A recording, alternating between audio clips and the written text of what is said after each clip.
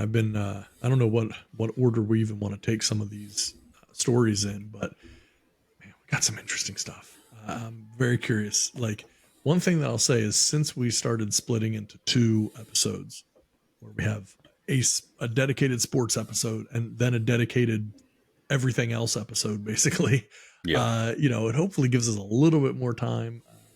We're still, we probably won't have enough time to get through everything like we never do, but man, there's a good range of topics tonight. So, yeah, I think we just jump in. I'm sure people have not heard most of this stuff before, or if they have, they definitely haven't heard it broken down like this. So, I like it.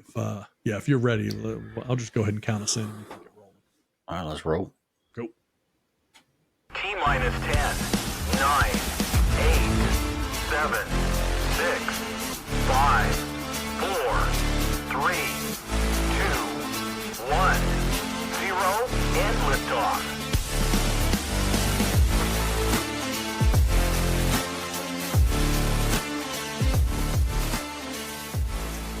Welcome, welcome, welcome. Welcome to the big show. You get the horns show here, Tad and Jeff. Good evening, my friend. How are you? Good evening. Good evening. No complaints. No complaints. How about you? Hanging in there, man. Hanging in there. I like it. We got a absolute metric ton of stuff to be able to get through tonight, which we will get through about 3 ounces of it. I'm not going to waste any time, man. I'm just going to start rolling through and hitting on some of these stories. We'll see where we go with them, like always. But we got stuff tonight that definitely people are going to want to know and hear. And so, yeah, I don't want to waste any time and just jump into it. So, All right. First things first, man. I saw this the other day. In case you were curious about whether or not we're living in scary times, total U.S. crude oil inventories, including the strategic petroleum reserves, just fell below 800 million barrels. Now, you may ask yourself, because who the heck knows when that would have happened. When's the last time that happened? That happened in 1985, just a few years before we even had strategic petroleum reserves. So, in other words, to give you a breakdown of how this plays out, the U.S. now has a total of 46 days worth of supply in total reserves, which is an all-time low. Just 3 years ago, we had 92 days of supply in inventories, 100% more than current levels. It's crazy.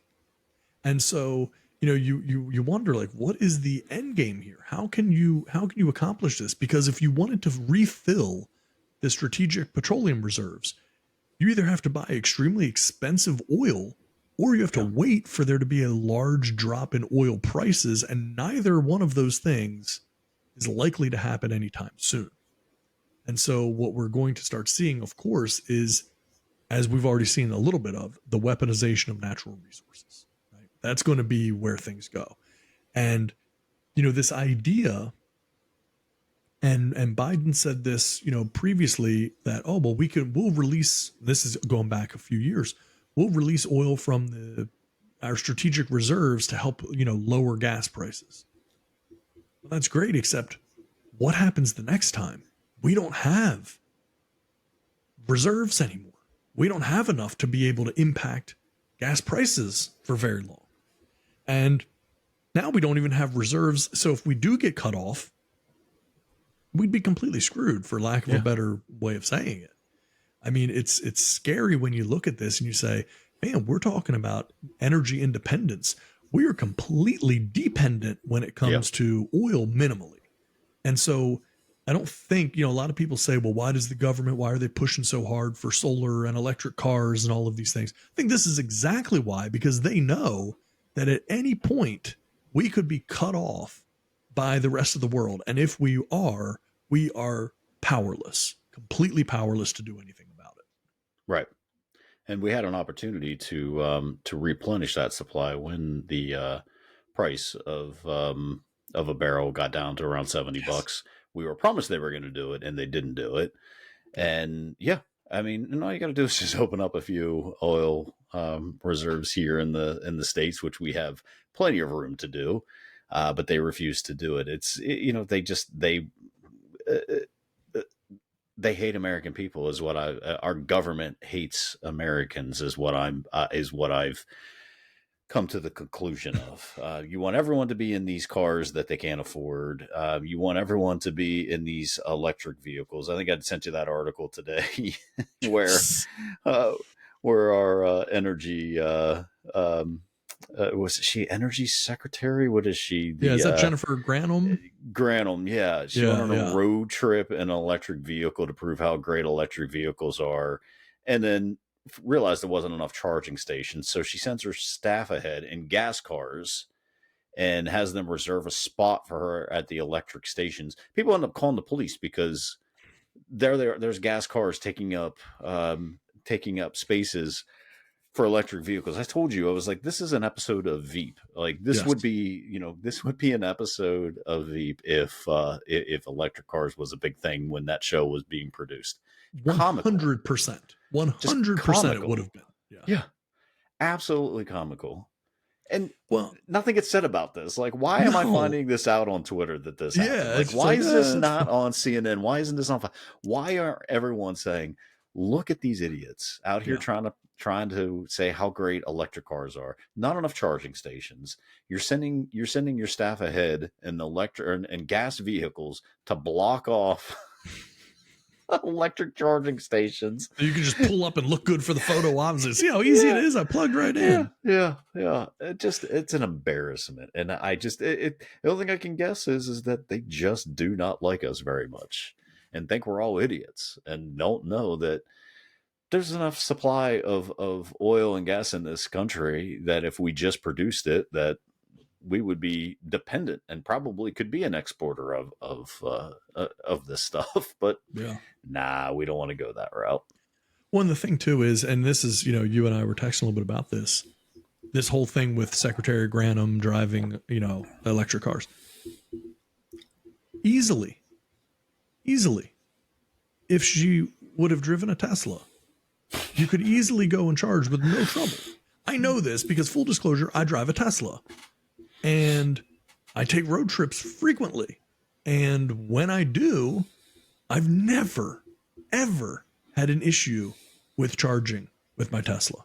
And I'm driving through 4 or 5 states, like long periods of time, 8, 9, 10 hours of driving, stop a few times to charge, never had a problem. The issue is that, yes, the overall charging infrastructure in the US is lagging behind. This is why all manufacturers have been moving over to what's called the North American Charging Standard, NACS. Guess what NACS actually is? It's Tesla's charging port. It's the one that they created that's exclusive to their cars. And everyone else tried to come up with all these other types of charging ports, but Tesla has the supercharging network. And so now everybody is moving over to the North American Charging Standard, which again is Tesla's thing. So everyone could just drive. Eventually they will be able to use, because Tesla's opening up the supercharger network for non-Tesla vehicles to be able to use. So here you have the Secretary of Energy Secretary Granholm's going out to show how effective electric cars are, but not utilizing the by far most popular best-selling electric car in America, or the most prevalent charging network in America.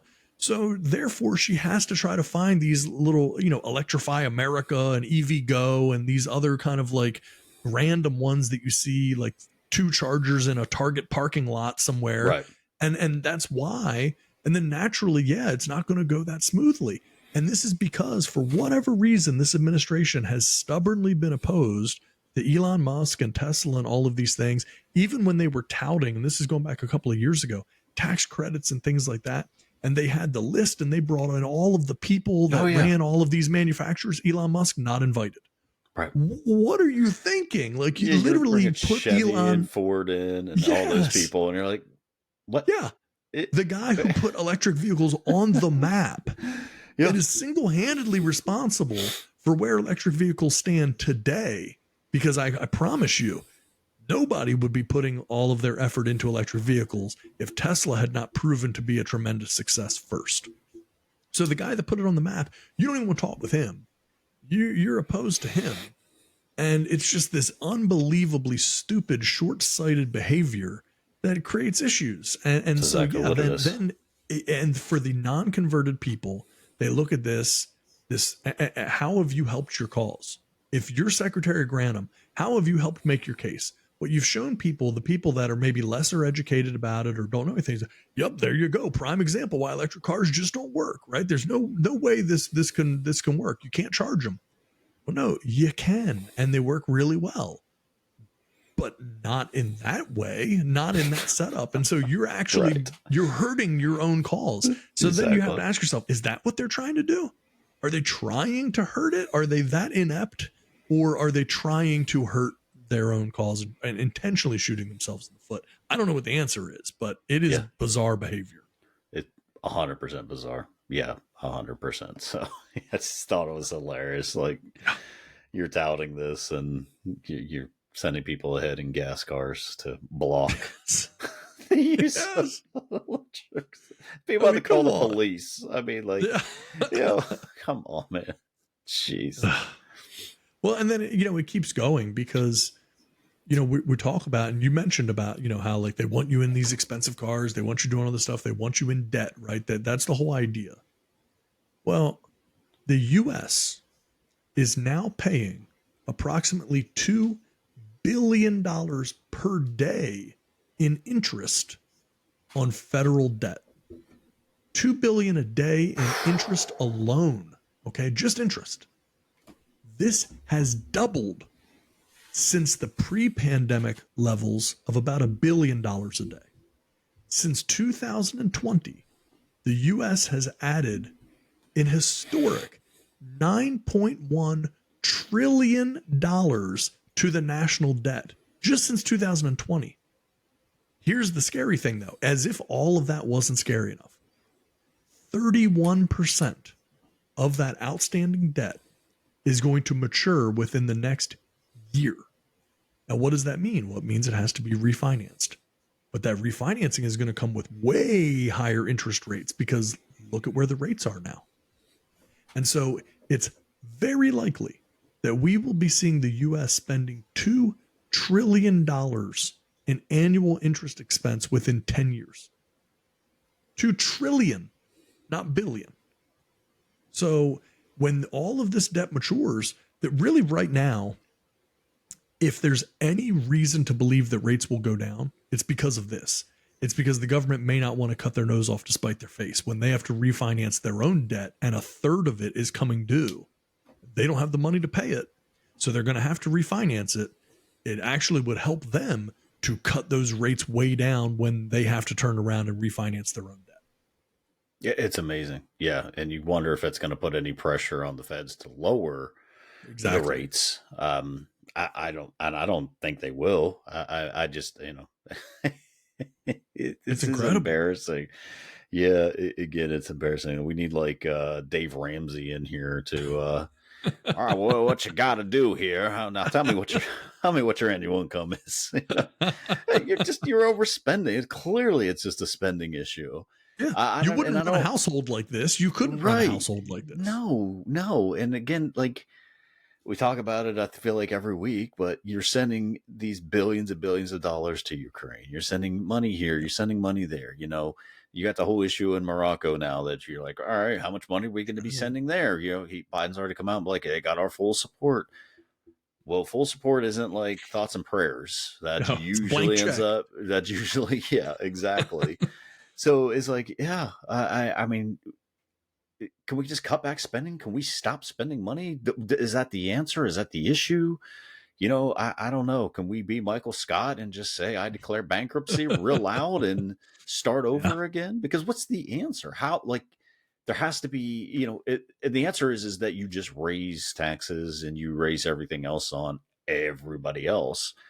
But if you're doing that, you're not saving, it's not like you're raising it to be like, hey, we're raising this to put money towards our debt.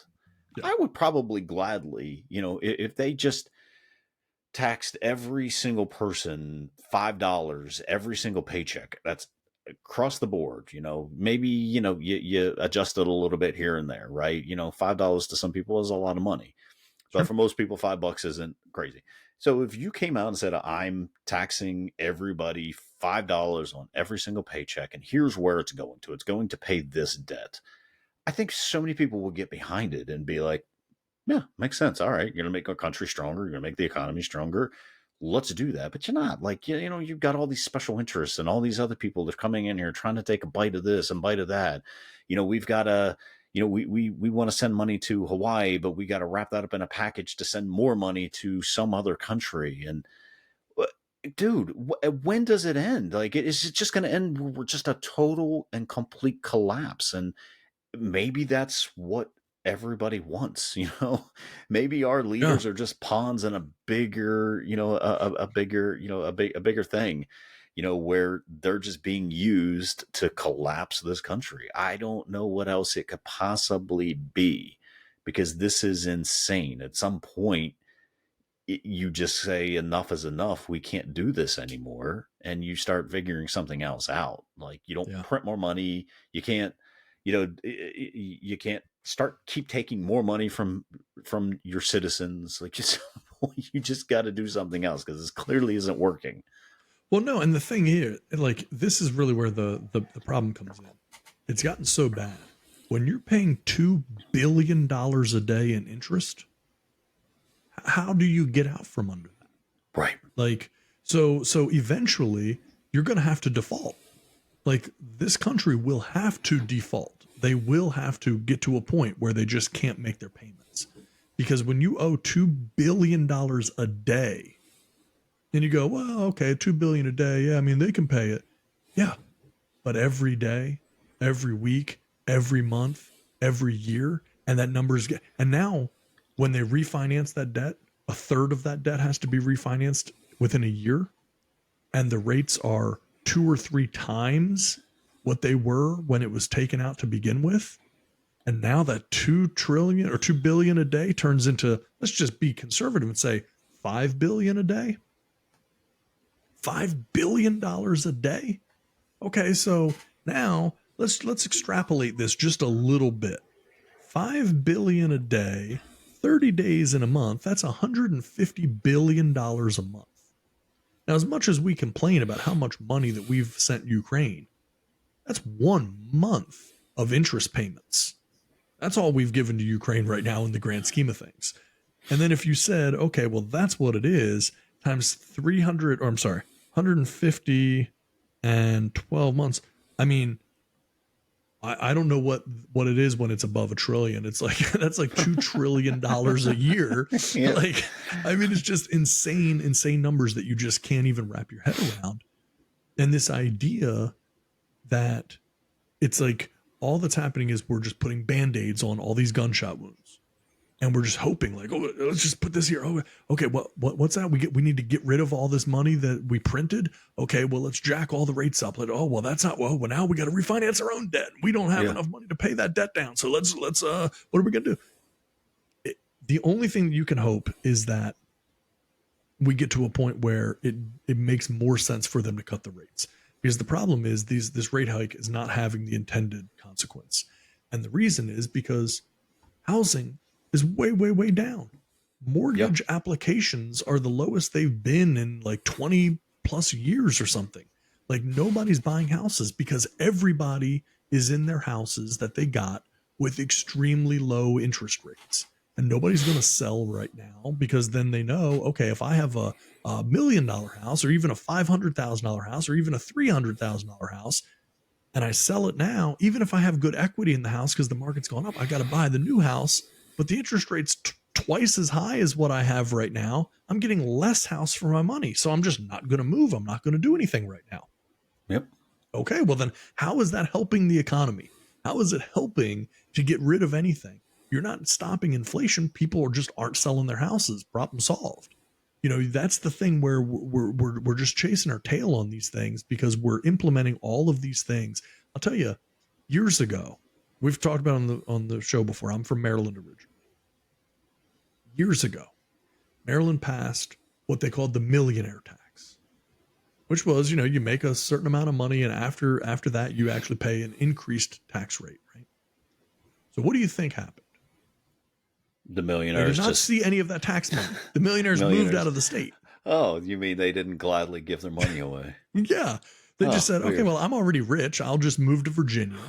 Hence the explosion in growth in Northern Virginia, because all of this money and all of this massive increase in taxes being paid in Virginia just to avoid this tax here. I'll go to Pennsylvania. I'll go to these other places, and I just won't pay it.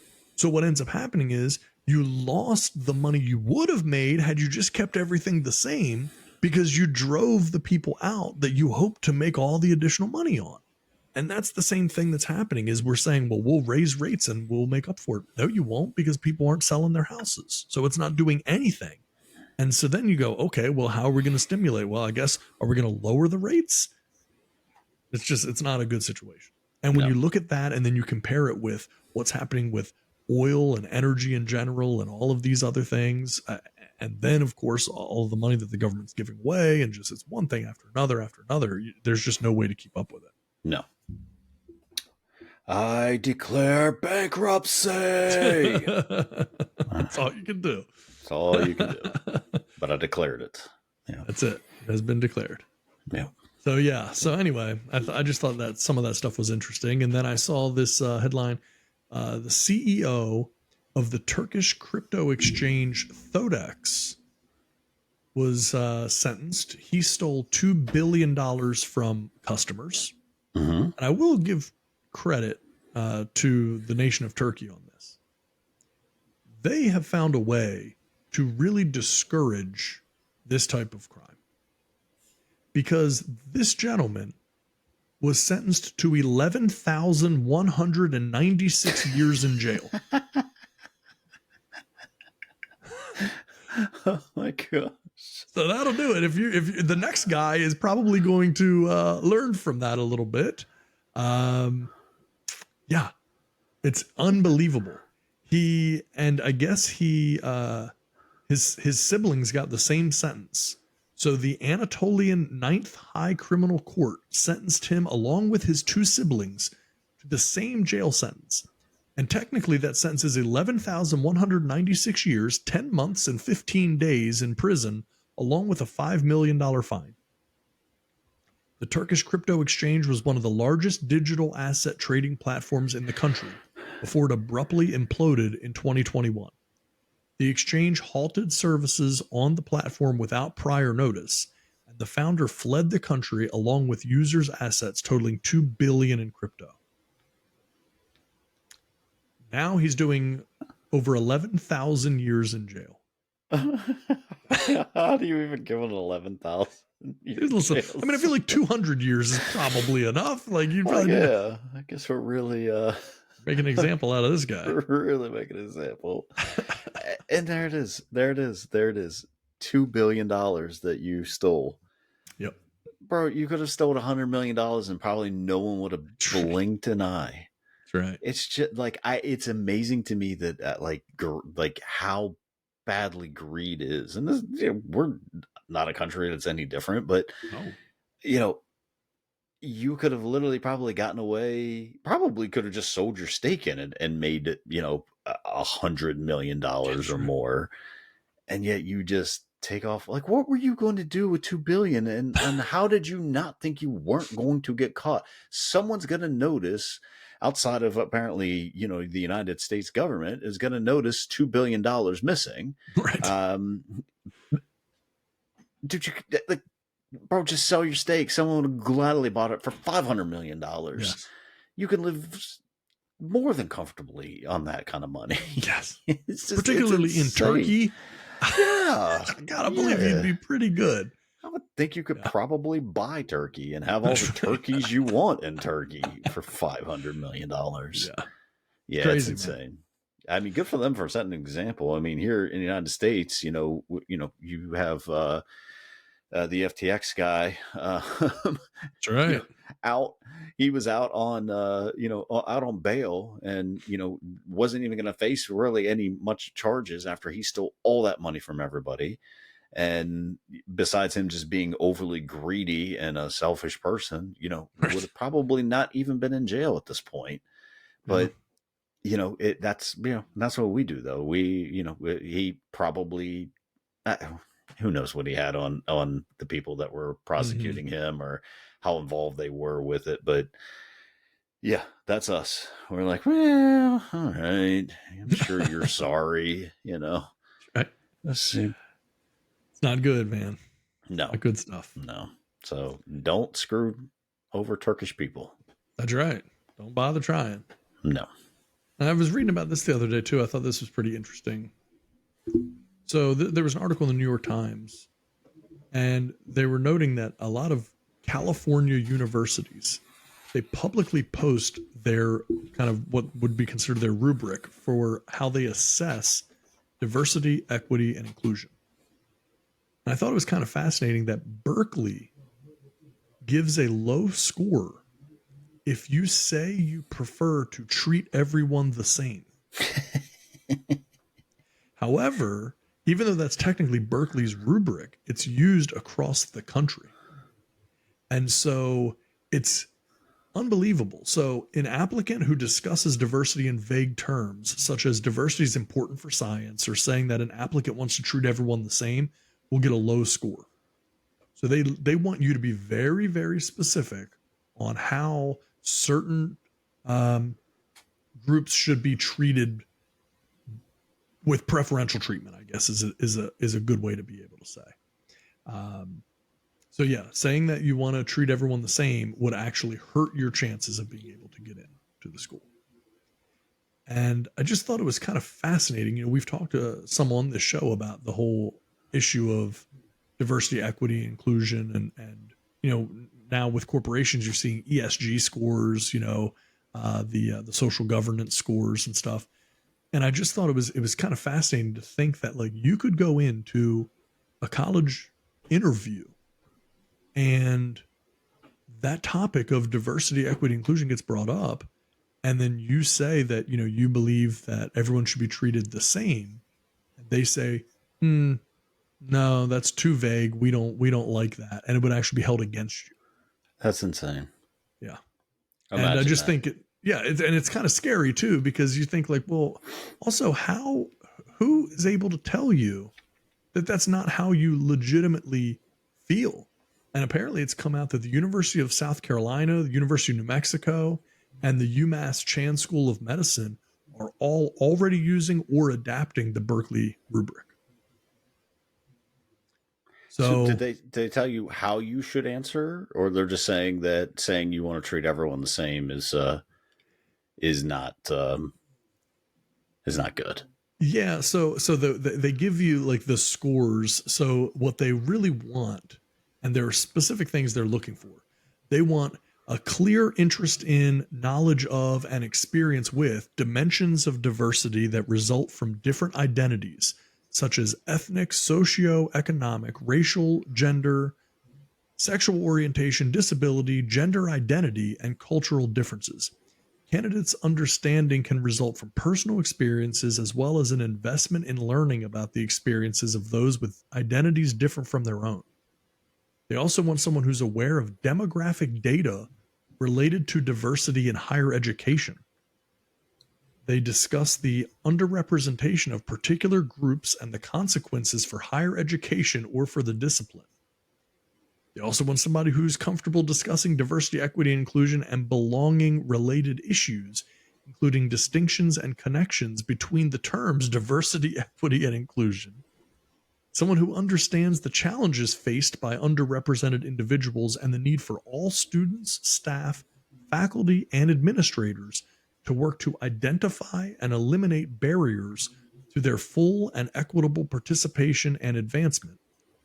And someone who discusses diversity, equity, and inclusion as core values that every community member should actively contribute to advancing. And there's more about your work experience and things like that, that also how that's relevant to you. But essentially, you have to be an absolute expert and very knowledgeable in talking about this stuff for the workplace, in education, its role in public life, everything else.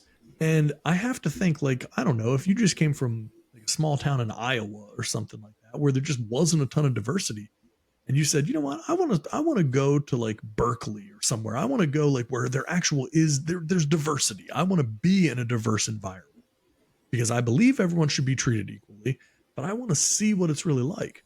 There's a really good chance you would not be able to get into the school because you just haven't lived with enough diversity to speak about it in an educated manner. So would you say you would be then discriminated against, which is unconstitutional the last time I checked? Some could say that that would be a potential issue. Unbelievable. Wouldn't they? Yeah. I mean, to think like, okay, so you mean to tell me that because where I came from isn't very diverse, that maybe I haven't had enough experience with it, I now shouldn't be allowed to experience it. Right. And also, and pay you for the right to experience it, because this isn't a free situation. Sure. Paying for college. Right. Yeah. Pretty nutty. I saw that and I was just like, wow. And more places are going to that. And look, I'm not going to say at all that this is all wrong, you know, like within reason. Right. But this idea that like, if you just would say that, because so I'll give you an example. They give a very low score if you have little expressed knowledge of or experience with dimensions of diversity that result from different identities, right? So we talked about this. But if you just say that it's important, or that you had in the field of nursing definitely needs more individuals from the LGBTQIA community, if you said that, then that would be given a low score because that's too vague. Even though you're saying, I believe from my experience that the field of nursing needs more representation from LGBTQIA people, but then you didn't follow up with very specific examples of why and how, then that would be considered a negative. So, yeah. So what if I just came up with a really good reason why everyone should be treated equal and why everyone should? I mean, I get like that's a pretty standard generic answer. Even if it's the correct answer, like I could maybe understand that. Like, okay, yeah, I just treat everyone equal. I don't really care what I guess maybe I can understand you're trying, you know, when you're picking from, you know, you only have so many spots open for your school, you know, but so what if I just came up with a great reason why everyone should be treated equal? Someone needs to do that and see how low their scores get. Like, yeah, I don't really think there needs to be more of a representation of LGBTQIA plus minus whatever in nursing. What I think there needs to be is a greater representation of people that care for people, and you know, whatever. Clearly, I'm never going to get into Berkeley because I'm not eloquent enough to say that. Because again, I don't care if you, as long as you're helping me. If I'm sick, I don't care who you are or what you are, what you believe, as long as you believe in the Hippocratic Oath of do no harm, and you're going to do everything you can to make sure that I'm healthy. I don't care who you are, but you know, if someone more eloquent than me can come up with a reasoning behind as to why it shouldn't matter what you are, you know, how identity somehow plays a factor into someone, you know, getting a job as a nurse is that's wild, you know. You know? Yeah, sure is.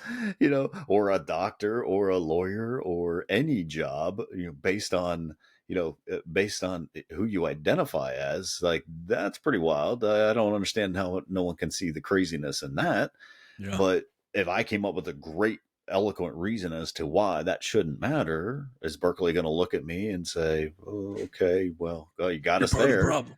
Right. Are they going to say, you got us there, you're in? Or are they going to say, no, right. So, God, man, this all has to backfire, right? Like, this just has to. But we see more and more of it. So I don't know that it's going to. So no, I mean, they even say in here that it would be given a low score if your response seemed to indicate an awareness of and even willingness to support diversity, equity, and inclusion related activities but failed to address your specific connection to that work. So if you know about it and you're open to participating in it and everything's good, that's a low score. Because if you haven't participated in it enough and talk about it in the way that they want you to talk about it, even if you're like, no, totally cool by me, I've never had the opportunity to participate in it, but I'd be totally down. I'd love the opportunity to participate in it. I think it's super important. Here's why. They'd be like, man, that's a low score. That's a low score. You're cool with it, which is fine, but you haven't actually done enough. Like, I don't know where the line is, but it seems the goalposts are moving all the time with this stuff. So it's very hard to know. And all this for a bachelor's of art degree and $100,000 of debt or more. That's right. A degree you'll probably not use anyway. Exactly. People just move on. Just stop. Yeah. Like, just, stop pandering to these people. Stop pandering to this stuff. Find a school that'll accept you. Like, a degree is a degree. I don't care. Just find another place that will take you, because this is too much. Like, okay, Berkeley, you don't want me? Fine. You're discriminating against me because Right. I don't have the DEI knowledge that you want me to have. So you're discriminating against me because I feel like I should treat everyone. You go, well, I don't need your school. Screw you. Yeah. I'll go somewhere else. Like, once you start losing those dollars, once enough people start, I mean, that's all it's got to take is enough people to say, at least enough people that are qualified enough to get into Berkeley. Like I said, I would never qualify to get into Berkeley, but enough people that are qualified to get into a place like Berkeley just say, nah, yeah, we think you're discriminatory. We're not going to your school. And they start losing that money. Maybe they'll change their ways. I mean, this is the only way we can do things in this country, apparently, because there can't be any common sense. We just have to boycott all these places because nobody wants to have any type of common sense anymore. Yeah. It's insane. Yeah. Agreed. All right. So let me hit you with something else that, kind of talking about diversity and everything. We talked about this I don't know if it was last week or week before on the show about New York City and some of these other places that are having this enormous debt from illegal immigrants, having to shelter them, feed them, all of these things. I think New York City was saying it was going to cost something like $12 billion over the next 3 years for them to be able to house the illegal immigrants. And you had a lot of people kind of saying, well, yeah, that's because they're being bussed in there by Texas and, Arizona and these places. And so, there's no doubt Greg Abbott, the governor of Texas, he's had a very high profile campaign to send migrants to LA, New York, and other cities. And so, you start thinking about that and going like, okay, well then, yeah, of course it's putting an undue burden on that place because they're being bussed in. That's not cool. As if suddenly just Texas should have to deal with every one of them by themselves and they shouldn't have to go anywhere else, right? However, I did a little deep dive on this stuff and started looking. So first of all, there are roughly 11 million undocumented immigrants now living in the United States. 11 million. And so they come across, and naturally, again, some of them have been bussed depending on where they came through and all of that stuff. Here's the thing though. When you break down the numbers, the migrants that are boarding the Texas funded buses represent a fraction of the thousands and thousands of people that are coming through the border every month. The Texas busing program has sent less than 35,000 migrants to other states since April of 2022. That's enough to populate a small city. But that is a tiny number compared to the hundreds of thousands of people who have crossed the border during that period, most of whom have probably also made their way to destinations that aren't even in Texas. New York alone has received more than 100,000 migrants in the last year, but only 13,100 of them came in on buses from Texas. Less than 13%. And so this idea that that's where, that's really where all of the stuff is coming, that's just not true at all. It's a tiny, minuscule percentage of the people that are actually coming through. And what's really interesting is now it's an even bigger issue with Venezuelans. There are now more Venezuelans coming across the border than Mexicans. Yep. And those Venezuelans will go anywhere in the country, but they're typically going to the big cities because they don't have people in the US. See, the Mexicans they come across, they have people. They may have family already here or friends or other folks that have come across the border. Venezuelans don't. And so where they go is directly to major cities because that's their best chance of being able to find work and fit in and find the migrant community. So they're going to New York and LA and Chicago and these places, not because they're being bussed in from Texas, but just because they don't know where to go in America. So they're saying, let me go to the big cities that I've seen and try to find something there. And so it's really crazy to see, how this happens and how, the quick solution or the quick blame just gets put on, that's Texas doing the busing of these. No, it isn't. It's a minuscule percentage of the people that are actually getting bussed. And we've already talked about on the show that there are millions of people crossing the border on a yearly basis. Yeah. And so when you have that happening and you're talking about 13,000 of them got bussed to New York, it's like you wouldn't even be aware of that number. That's such a minuscule number. It's essentially irrelevant. Yeah. But that's how you want to spin it. You want bad Republicans sending their people up this way. And again, you're the one that called yourself a sanctuary city to begin with. So, okay, well, Texas didn't declare themselves that. So, hey, here you go. You're the sanctuary city. Put your money where your mouth is. But you, until you brought that up, you just assume that's just them bussing all these people in. But it's such a small amount. But that's not anything anyone's going to tell you about. They're not going to tell you about that. It's all going to look like, oh, well, this place that could handle all these people aren't handling them all. They're just sending them elsewhere for political gain. And it's just a big political, show that they're doing here. And they're not. That's the thing. They're not. When you have, 10% or less that are being busted, it's a very, very small amount. It's just funny to see all these people backtrack and say, yeah, we welcome them. And then when they're there, we can't handle this. Of course not. Again, why do you think any state is able to handle all this? It just, no one can handle it. Yeah. Well, and I'll tell you the thing that is really interesting. And again, try finding this out on CNN. I haven't seen it. Just recently, turns out that our largest trade partner now is Mexico. It's been China forever. Sure. More recently, Mexico overtook China as the U.S.'s largest trade partner. So don't you think that could be awfully influential on your immigration policy when the country that you are most reliant on for money and goods is the one on the other side of the border? And magically, we're welding the doors open. We're making sure the border is wide open for anyone to come across. And then we're just having to figure it out as we go inside the country. And look, I'm not anti-immigrant. I am not anti-Mexican or anything else. And I know you're not either. Neither of us in any way, shape, or form.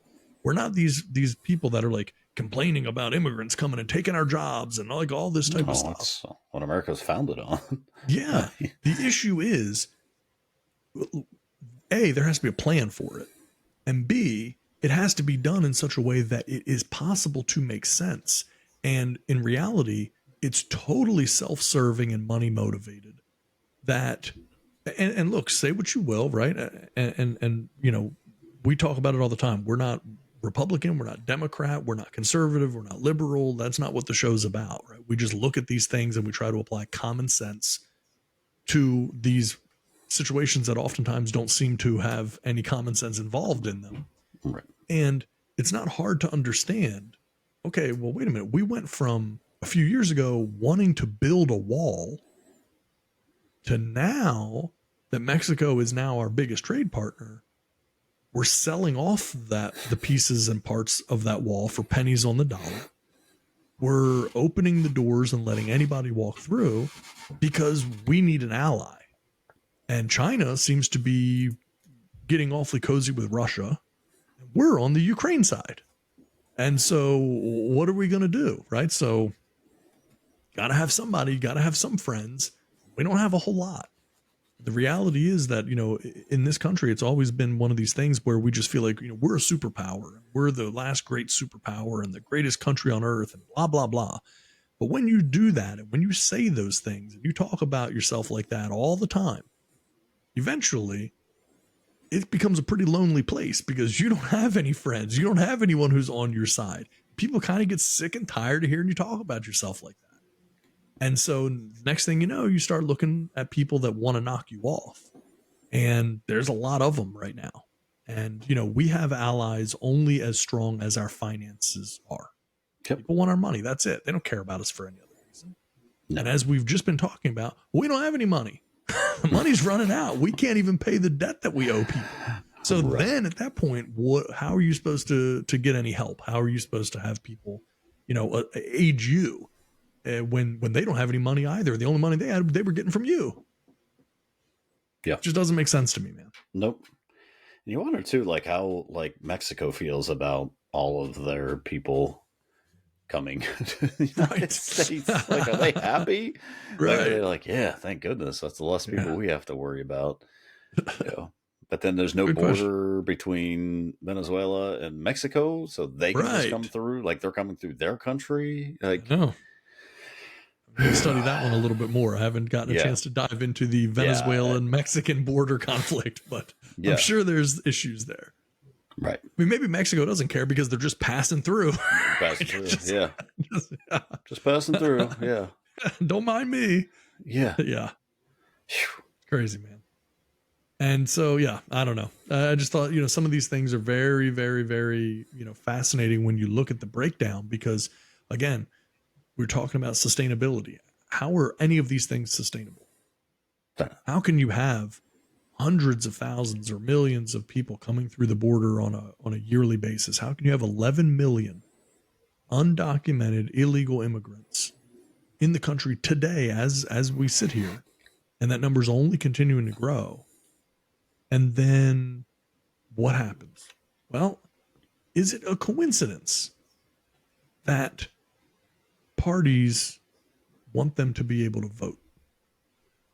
Right? We let you in the country on the condition of being able to get your vote. And so, you know, I don't think it's a coincidence that the Democratic Party is very open to having them come into the country and then turning around and then saying, well, no, they should be able to vote. There's no reason why they can't vote. They're residents here. They live here now because you just bought their vote by letting them come into the country. Yep. Needless to say, if you're the guy who's saying build a wall and keep them out, you're probably not getting those votes, you know, from those people. That's exactly it. So, Right. you know, it's really, really interesting to see how all of these little things connect together. Yeah, I mean, it's just one of those things that's just out there in the open. It's just, they're not even trying to hide it at this point. Yeah. Agreed. All right. Well, anyway, that'll do for that. I got a couple other little things that'll be pretty quick before we wrap up. Because we are trying to keep these episodes under an hour. We've said that we're trying to do that. And We're usually- trying. Yeah, we try. So just don't get upset with us. We're trying. But before I jump into these, did you have anything that I know you had some things over the course of the week. I know we talked about a few things. Did you have anything that needed to be covered, or have we kind of touched on everything? No, I think we hit pretty much everything we wanted to talk about. So, okay. So I had a couple stats and some interesting things here that I'll kind of utilize as we're starting to move toward a close here. One was about the Golden Gate Bridge. You know, we've been talking a few times recently about San Francisco and what's happened there and how the city's falling apart. speaking of, I just saw a commercial for San Francisco about trying to get people to San Francisco. Have you seen this commercial? Yes. I told my wife, and you know, she tries to stay even further away from politics and everything else going on in the world. And I was like, this is unbelievable that they are having this commercial about come to San Francisco. Meanwhile, like every tourist is getting their car broken into, everything stolen. Yes. It's sorry. I saw the commercial and I died when I saw that. I was like, that is unbelievable that they have this commercial running right now. If it's the same one that I saw, it looks like it was put together by like high schoolers. It's not Yes. particularly well done. No. They spent $6 million on that advertising Of campaign. course they did. I'm not lying to you. I was reading about this. San Francisco spent $6 million on that ad campaign. And it's seriously, you could have gotten somebody off a Fiverr to be able to do it, for $150. $6 million. Now, that's not just the one commercial. I'm sure there's probably more to the whole campaign. Sure. But $6 million. Come on. It doesn't make sense. But yes. So Meanwhile, anyway, yeah. San Francisco. I was looking at a couple things here. The Golden Gate Bridge, San Francisco, was built in 1937. Mhm. The cost to build the Golden Gate Bridge, this is adjusted for inflation, was $700 million. It took them 4 years to build the Golden Gate Bridge. They were able to complete it ahead of schedule and significantly under budget. Now they have nets under the Golden Gate Bridge, like on the sides, so people can't jump off and commit suicide. Those were installed in 2023. They cost $400 million. It took 6 years to get them installed. They were behind schedule by several years and over budget by 5 times what was originally projected. For nets. So to build the whole bridge itself, adjusted for inflation, was $700 million. The nets cost $400 million and took 2 years longer to install than to build the whole bridge. And you wonder why we're having problems. Unbelievable. That's just, that's people just taking advantage of everything. And we don't, you need more money? Cool, no problem. Not like, we're not giving you a dime more. You better finish this. Right. Yeah. Unbelievable. I wonder how well those nets work too. I know, seriously. I mean, I just brought up, on the screen here so you can see them, or anyone watching on YouTube would be able to see it. For people listening on the podcast, it's just very simple. One picture of the Golden Gate Bridge from a distance, and then the other up close of these nets that run along the bridge. That's it. It's pretty daggone simple. You can't imagine that would have taken 6 years and $400 million to put in. Unbelievable. Yeah. Those are some good nets, I'm telling you. That's it, man. The best nets money can buy. Yeah. So anyway, thought that was kind of crazy. And then thought we're going to wrap up. This could have gone in our sports episode. This will be the last thing we touch on tonight. Could have gone in sports. Decided to use it for this one just because I just thought it was an interesting stat, more so than it was really sports related. In a 1974 interview with the Beaver County Times, NBA Hall of Famer Pistol Pete Maravich. Of course, you know Pistol Pete Maravich, one of the great players, incredible player. In this interview in 1974, Pete Maravich says, "I have no desire to spend a decade in the NBA, only to face a heart attack at the age of 40. Remarkably, he did indeed play professional basketball for a decade, spanning from 1970 to 1980, and tragically passed away from a heart attack in 1988 at the age of 40. Oh my gosh. So the exact scenario that he said, which again, weird enough that you would have even been that specific in an interview to say, I have no desire to play basketball in the NBA for a decade, then die of a heart attack. He plays for a decade, he dies of a heart attack at the age of 40.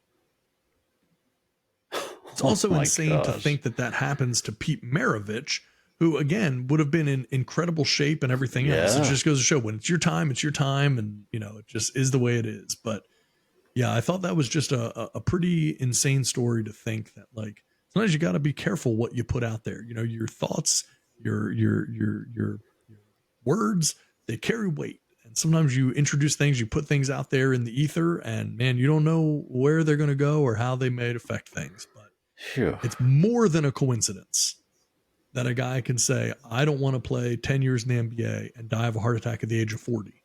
and then plays 10 years in the NBA and dies of a heart attack at the age of 40. I mean, that's beyond like whatever the odds would be of something like that, that they would be so minuscule you would never even think they were possible. That is insane. Wow. Yeah. Such a great player, too. Yeah, exactly, man. I mean, the points he scored revolutionary for his time, man. Yeah, and that was without a 3-point shot. I mean, goodness gracious. The points he was nobody had handles back then like Pete Maravich. No, dude could dribble the ball like nobody's business. Absolutely. Yeah. So anyway, I thought that would be a little way to end things off. So, any last thoughts before we put the sucker to bed? No, I think I think we're good. I don't see too much else here. I think we covered just about most of everything we wanted to talk about that I can see here. So no, I think we're that's good. A win. We'll take it. We'll take it. Yes, sir. All right, everybody. Well, again, as always, we appreciate our global audience. Thank you for tuning in. Thank you for listening. We genuinely do appreciate you listening. We appreciate you following, sharing our YouTube channel and our clips, and following the podcast. Make sure you rate us as well. Not every podcast platform allows you to leave ratings and stuff, but those that do, and I don't even know where all does. I think maybe Apple allows you to. Spotify doesn't. I think. But wherever does, man, please do us a favor, leave us a rating, help us out a little bit. We're continuing to grow, and we certainly appreciate all of you checking us out and growing with us. So with that, we will go ahead and wrap this sucker up, and we'll be back and better than ever next week with some exciting things next week. I'm not going to ruin the surprise, but let's just say there might be more than two of us next week. And I like it. That third one might be someone that you've seen and heard before. Maybe. So we'll see. We've been burned before. Oh, yeah. Could certainly be. I hope Brian McKinney's not sleeping very well. I really hope the guilt is continuing to eat at him. But yeah, so anyway, stay tuned next week. We should have hopefully some interesting things happening and some fun stuff. And honestly, over the next couple of weeks, certainly on the sports side for sure, we have some fun stuff happening. So yeah. So anyway, that'll do it for us tonight. Thank you for checking us out, everybody, and we'll talk soon. Good night.